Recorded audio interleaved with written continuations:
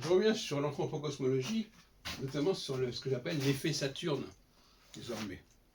Je fais un article là-dessus sur l'effet Saturne dans le domaine de la psychanalyse, comme remplaçant à terme le complexe d'Oedipe. Comment vous avez vécu l'effet Saturne dans votre vie à tel et tel moment? Et là, je voudrais vous parler de ce qu'on appelle le retour du refoulé, qui vient avec la solsticialité. La solsticialité, c'est quand Saturne passe sur l'axe Cancer-Capricorne, et même quand il le dépasse un petit peu, puisque le point fort de la solsticialité, c'est Verseau-Lion, comme le point fort, le pic de l'équinoxialité, c'est Taureau-Scorpion. Enfin, au départ, c'est ça, c'est Bélier-Balance et Cancer-Capricorne. Et alors, alors, on peut faire ça en psychanalyse, mais on peut aussi étudier ça comme ça. Par exemple, regardez le procès Eichmann. Le procès Eichmann, on en parlait ce matin justement sur Talmudique, je crois, c'est un homme qui est rattrapé par son passé. En 61, quand il est emmené, je crois, d'Argentine, je ne sais plus où, en Israël, la guerre est terminée depuis plus de 15 ans. Donc on a un phénomène de solsticialité. De la même façon qu'en 89, 28 ans plus tard, donc on est dans le même endroit, puisque le siècle de Saturne est de 28 ans, on se retrouve dans les mêmes conditions solsticiales, eh bien, on croyait que les nationalismes des pays sous le joug soviétique appartenaient au passé, et tout d'un coup, ils reviennent à la surface.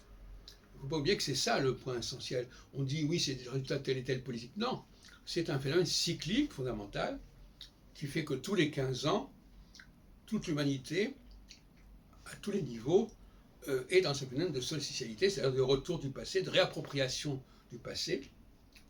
Et à ce propos, d'ailleurs,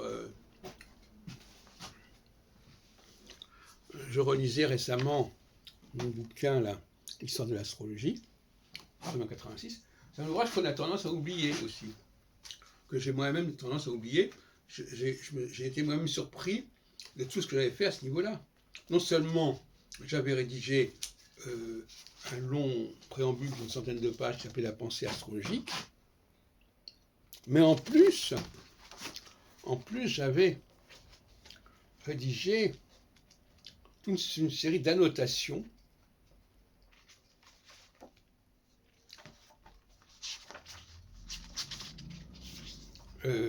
au travail de Serge Hutin, mon ami Serge Hutin à l'époque, qui est décédé depuis d'ailleurs. Et donc, ces annotations bibliographiques sont intéressantes à signaler, d'autant plus que on m'a parfois reproché, concernant mon article dans l'Encyclopédia Universalis, de ne pas donner une bibliographie complète. Eh bien, je cite cet ouvrage, Histoire de l'astrologie, et dans cet ouvrage-là, je fournis toute une bibliographie. Donc, il faut faire attention à ce qu'on dit.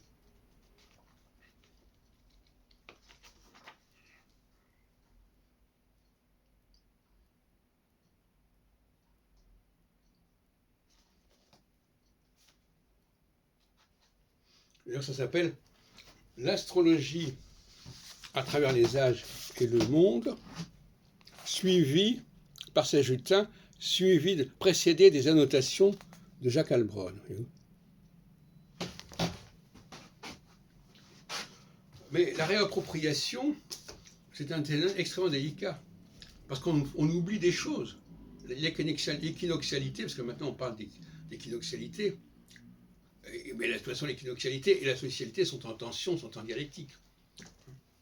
La solsticialité remet en question les oublis de l'équinoxialité. L'équinoxialité refoule plus ou moins la pression de la solsticialité, c'est-à-dire du passé. Et c'est à nous constamment de naviguer entre ces deux pulsions et de savoir les gérer au mieux. C'est-à-dire, en face de solsticialité, on a l'obligation, on a la mission de se réapproprier tout ce qu'on a pu faire. C'est une question de respect de soi-même, de ce qu'on a fait. Et en phase d'équinoxialité, c'est-à-dire 7 ans plus tard, si on peut dire, mais 3 ans et demi plus tard, si on part du milieu de la phase, eh bien, on est engagé, on